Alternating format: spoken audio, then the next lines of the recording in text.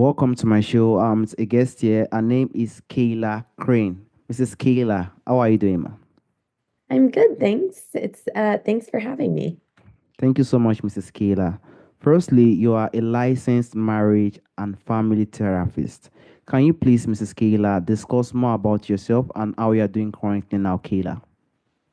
Yeah, I am a licensed marriage and family therapist, like you said. I specialize in couples and relationships as well as trauma. So I often combine the two and do some relational trauma work. That's very, very inspiring. Thank you so much for the insight, Mrs. Kayla. And from your experience when it comes to a lot of relationship and from your experience as a licensed marriage and family therapist, have you written any book or are you personally planning to write any book in the coming future, Mrs. Kayla? Um, I don't think so, but Okay. never know. Exactly. We don't know what tomorrow will say. Definitely. Exactly. Yes. Anything could happen in the coming future. I would like to dive to the point of communication. Yeah. Communication is one of the most important thing when it comes to probably relationship, even in friendship. If there is no communication, there is no connection. So I would like to dive to that point of communication. What do you think are the most common mistake? Because there will definitely be mistake when it comes to communications. Couples makes most of the time, Mrs. Kayla. Yeah. Um, so I would say the most common mistakes would be the one that I see most common is couples arguing about who's right and who's wrong. You're not going to get anywhere with that. That's not productive. You've got to go to the feeling of the situation. Um, because if you're trying to convince your partner they're wrong and you're right, you're probably not going to be able to. And then it's just going to kind of go back and forth. If you can take that piece out and not focus on who's wrong and right, and just kind of focus on, well, that incident made me feel lonely, or however it made you feel, and your partner addresses that rather than the right and wrong. I think that's very, very important because everybody just want to be right. Everyone, the partner want this one want to be right. This one also want to be right. I think that's what used to cause the unusual communication that could cause serious escalation. And there will also be way, you said it that there are also ways the person will respond so that to make that communication work. I also oft like to ask if there are also different ways that conversation can come on and off without escalation or without hurting each other by the end, Miss Kayla. Yeah. So one of the most important tools I think in couples therapy is taking a break or taking a time out, because we're all going to get dysregulated, and our partner is going to make us mad, and that's just how it's going to be sometimes. And so instead of planning on that never happening or hoping that will never happen, just plan for it, right? And that's when things are when one or both partners is kind of um they're dysregulated, then someone calls a timeout. The important part of a timeout, though, is you set a time that you'll be taking the timeout, and you come back at that time. And that's like the critical piece. Otherwise, it feels like one partner might feel like we're never going to come back to this. We're never going to fix this. So I think that use that time during the timeout to get regulated, to do whatever you have to do. If you have to journal or exercise or take a nap or talk to a friend or meditate, use that time and then come back and try the conversation again. That's very, very important. Giving that time, giving that space will definitely help in bringing up a meaningful conversation that will not hurt in the point, because when the body is hot, like when the body is boiling, it's not going to be easy with the conversation. So just give that time, give that space. I think that's very, very important. And Mrs. Kayla, they used to say differences. There was even a time when I heard that differences, if one doesn't have the same differences, one should not just go into a relationship. They say the introvert and the extrovert, stuff like that. Those type of differences. So how do you think one can handle communication in those type of different differences? It's not going to be easy. One might be really I am loud and one might be really low. Those things really happens. So how do you think one can handle such type of communication differences? And how do you think listening is very powerful in communication, Mrs. Kayla? Yeah. Well, I look at those things as complementary. That's what I tell clients. When they're very different, that's actually good. They can balance each other out instead of looking at it from a perspective that we're so different it won't work. It's actually you can make it work, right? That's a good balance because if both people were, one way, then there might not be a balance with that.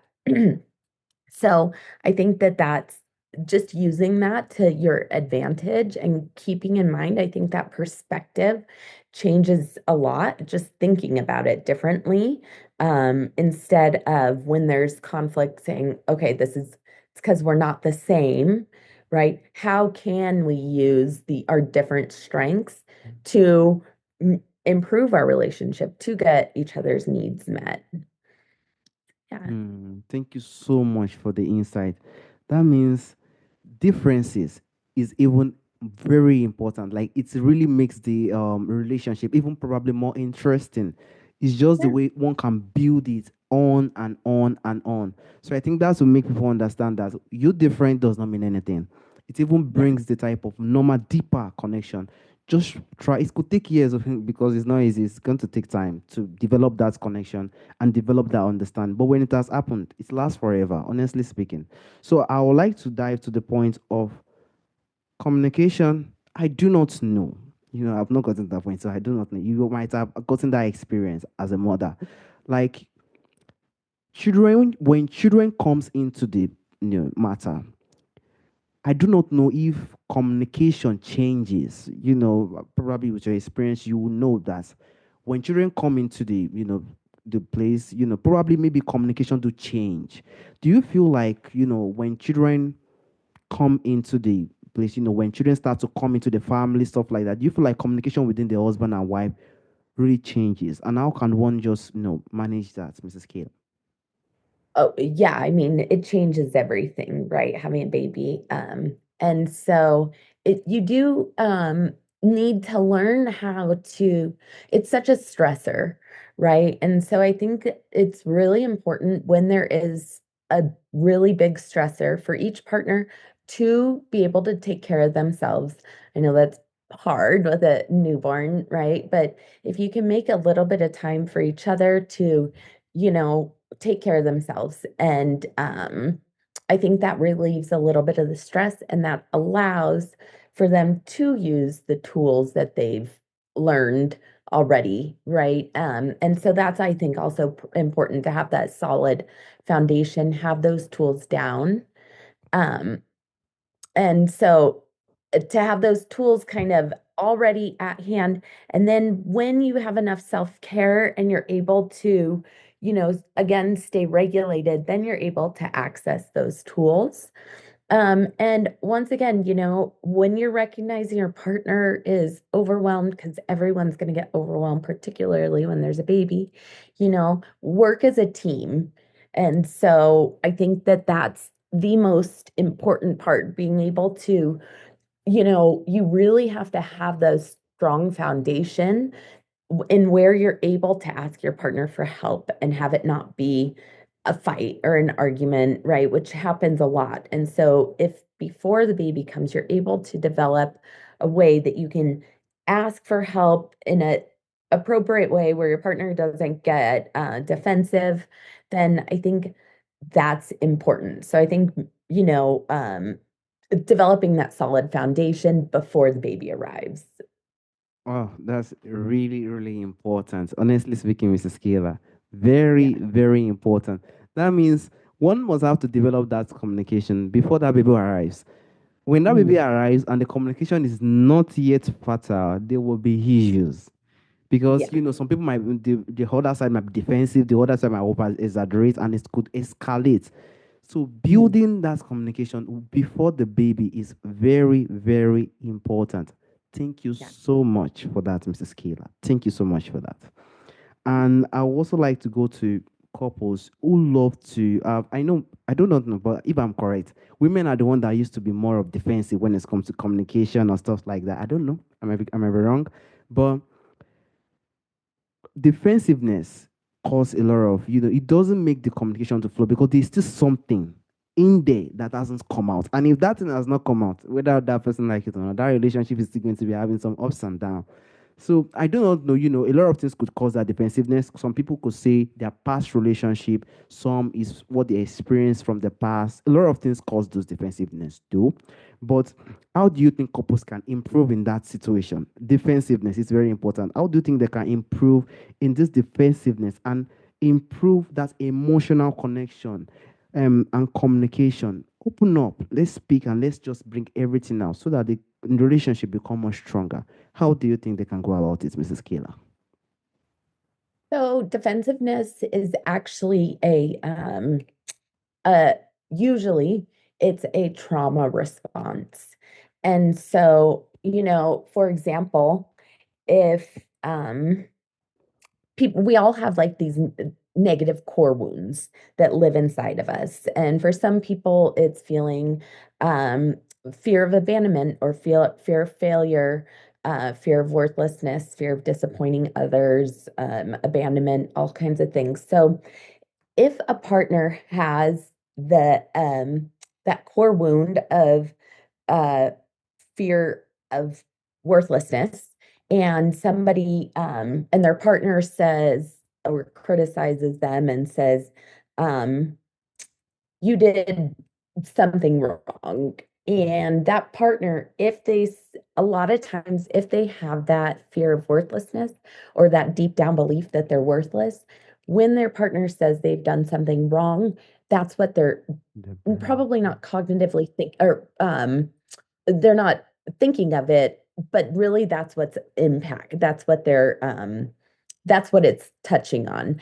And so that partner, since they live with that worthlessness, they don't want their partner to think of them like that. And so they get defensive. They say, no, no, no, no, that didn't happen. And so they're trying to make sure, and they're trying to tell their partner, I'm not worthless. Right. And that without doing the work, a lot of times people don't have that language or even that insight. But once you do, right, you can either say that, or like when I work with couples, I'll try to get them to recognize it. And sometimes they don't. And then if their partner picks up on them being defensive, they can maybe say, hey, are you maybe feeling worthless right now? Um, because it's connected to something more. That is a very massive one because hey, I don't know how that one can be solved because it's something that has been without before the person even met that person. That is what has, occurred. So it's flashbacks. It's something that just flashback. It's the other person that have to caution him or herself to not bring such words to that person because I don't know how that can be. Like it's just the other person to caution him. I think that's the best way. Honestly speaking, Mrs. Kayla. Thank you so much, Mrs. Kayla, for the insight, Mrs. Kayla. And lastly, Mrs. Kayla, there's a question I normally ask during the end of the show, Mrs. Kayla. From our forefathers, from our fathers who have passed on during the historic time, there are a lot of beautiful things that do exist during that time. I know from experience, there are a lot of beautiful things that do exist. And a lot of it are missing in our time today. If there is anyone or anything you would like to bring back to our time today, Mrs. Kayla, what do you think that thing will be, Kayla? Um, well, that's a good question. Um, I mean, I think maybe more of the intentionality of spending time with your partners. I think these days with phones and social media and all of that stuff, it really impacts the time that we have with our partners, or I guess impacts how present we are during that time. And so, if that would be the one thing I think for people to be able to have a little bit more engaged time together. And that is the only way the communication can develop, honestly speaking. Because if there's no emotional You got connection, to be communicating. Exactly. The communicate that's the only way the communication can continue to come up. One-on-one communication is very important. Not always phone. That's when develop the communication. I completely agree with you with that. We are battling community now. We're even battling relationship that is having a lot of disconnection when it comes to this phone and stuff like that. We hope the world heal. Honestly speaking, we need to bring this back. We need to have this connection and communication that will really help one another, so that we can have a long-term Yeah. relationship, so that we can have relationship that lasts, not a relationship that just 2 years off. It's not meant to be like that. During our forefather time, they live longer. They have relationship more longer. We want to have things like that in our time today. I want to also sincerely thank you, Mrs. Kayla. It's not easy. I want to thank you for the time, for the opportunity, for bringing this experience. This thing is very important in our everyday life. These are the things that we need to know. Most of the people, a lot of people are in relationship because of things like this. Things like this really improves. Thank you so much, Mrs. Kayla, for the opportunity.